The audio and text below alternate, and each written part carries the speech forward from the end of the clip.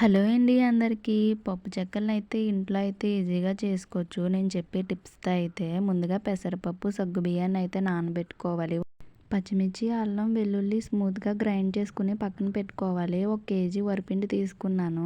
వేడివేడి నూనె గానీ, బటర్ గానీ, నెయ్యి గానీ వేసుకొని స్మూత్‌గా మిక్స్ చేసుకోవాలి మొత్తం పట్టేలాగా.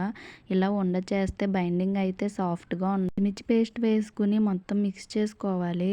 సాల్ట్ సరిపడగా జీలకర్ర, కరివేపాకు అయితే చిన్న చిన్న ముక్కలుగా వేసుకోవాలి. ముందుగా నానబెట్టుకున్న సగ్గుబియ్యం, పెసరపప్పు వేసుకోవాలి. హాట్ వాటర్ వేసుకుని పిండిని మొత్తం మిక్స్ చేసుకోవాలి సాఫ్ట్‌గాని. అప్పుడే చెక్కలు క్రిస్పీగా వస్తాయి. క్లాత్ వేసుకుని 30 మినిట్స్ అయితే నానబెట్టుకోవాలి. ఒక పేపర్‌కి ఆయిల్ రాసుకొని, ఒక డబ్బాకి కూడా ఆయిల్ రాసుకోవాలి. ఇలా చిన్న చిన్న బాల్స్‌గా చేసుకొని, ఒక్కొక్క బాలు ఇలా డబ్బాతో అయితే ప్రెస్ చేస్తే మనకి ఈజీగా పప్పు చెక్కలు అయితే రెడీ అవుతాయి. ఇలా చేస్తే ఎన్ని చెక్కలైనా రెడీ చేసుకోవచ్చు.